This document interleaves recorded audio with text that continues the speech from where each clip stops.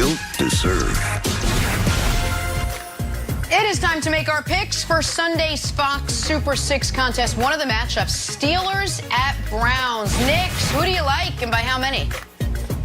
Knicks. Browns by 6, and if the Browns lose, I would bet the Steelers plus me not to show up Monday. Not dealing with it. Browns by 6, Brandon. Ooh, this is a tough one for me. If I know Mike Tomlin is still going to try to get that second string group fired up and going and go win the game. I want to say the Pittsburgh Steelers, but I want to believe in Baker Mayfield. Baker Mayfield, please get it done against Mason Rudolph. So I'm going to go with the Browns by 10.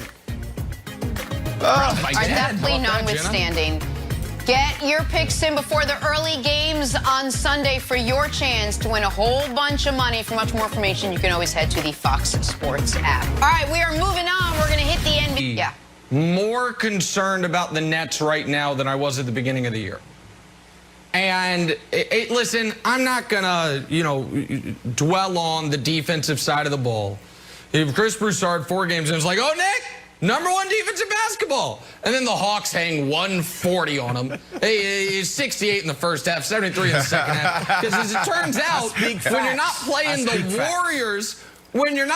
Warriors, anymore, and you got to actually D up, it gets a little tougher.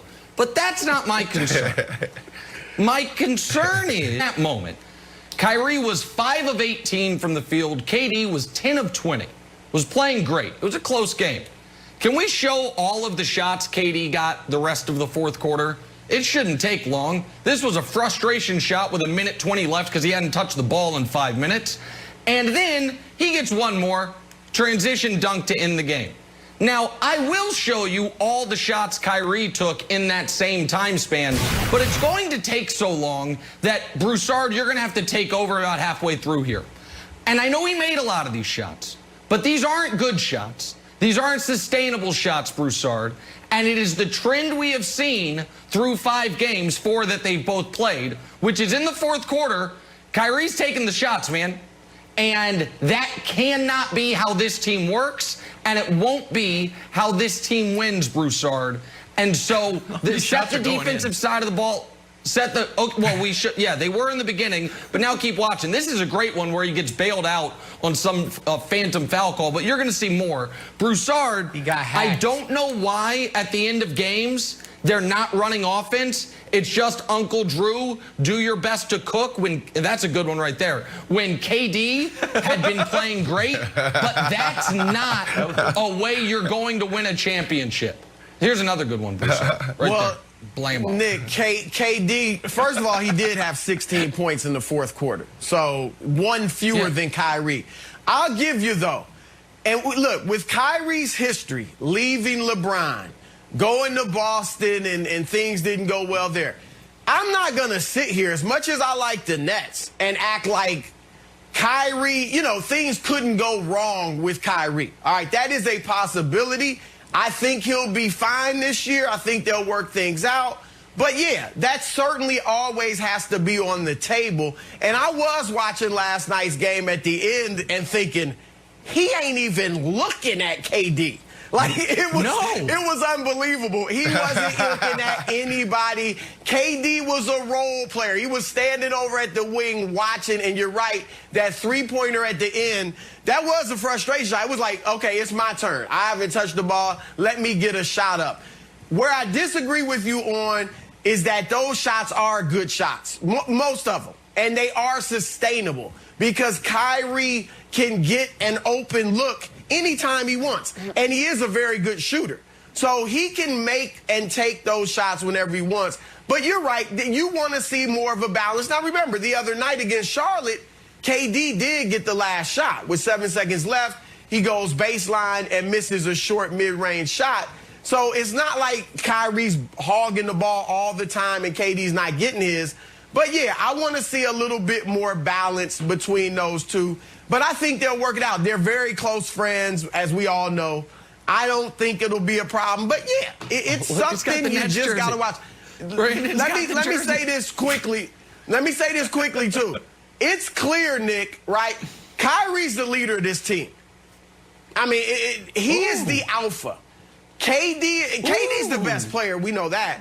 But you watch, I mean, who gave Steve Nash the game ball? Who determined that? Who is, as you said, Nick, the guy with the ball in his hands, taking the shots? Kyrie has the more dominant and stronger personality, and they're going to have to, work through that. You guys are wasting time talking about KD and Kyrie. Look, 58 points. That's what they do. But that's not what's going to help us win a championship, Nick. You're right. That's not the star. They're not the stars of the team.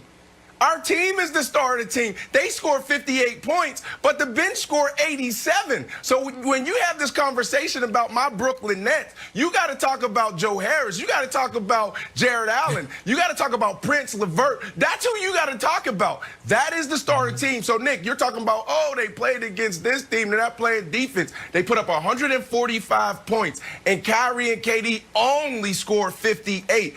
That is a sign. That's a recipe for success. So, when you look at the Brooklyn Nets, you guys got to stop talking about KD and Kyrie because they're our role players. Talk about our bench. Talk about our other stars. Brandon, can you put up the jersey again, please? Because although Brandon claims to be a huge Nets fan, it's actually his son's jersey. So don't think that Brandon just wears super tight jerseys to show off his muscles. Just the tightest jersey ever. Nick, to your point, you did a good job showing all those Kyrie misses and a lot of good makes, too. After the game, Nash is like, he needed to get in rhythm.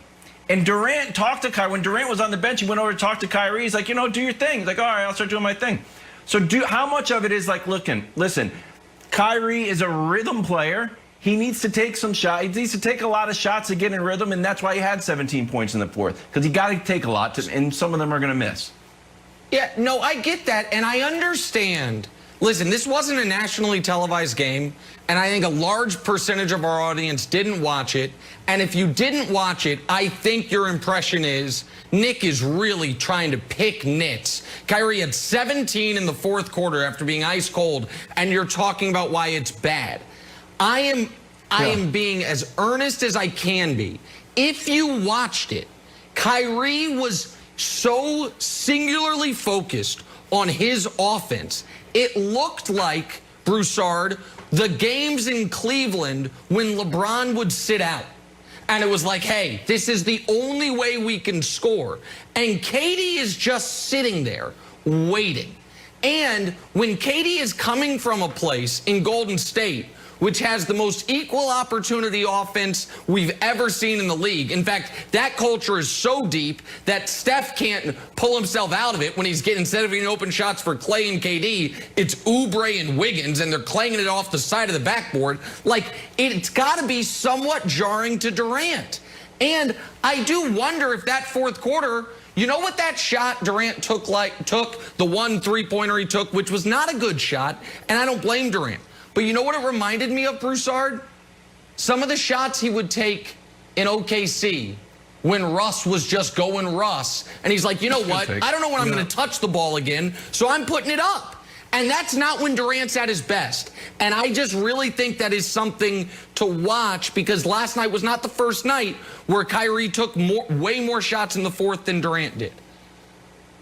It can be something to watch, for sure. Again, I think they'll work it out. I think they can talk it out. Durant can talk to Kyrie and correct him, reprimand him, and vice versa. So I think they'll get it worked out. But you're right. I was thinking, man, this kind of looks like OKC. The difference is Kyrie is a much better, more skilled scorer than Westbrook. Yep. Yes, I mean, those are not bad shots for Kyrie. They were open shots for the most part. He forced a few, but for the most part, those are open shots. These guys will work it out. But KD's got to be, he wasn't willing to tell Westbrook, give me the ball. He's got to tell Kyrie.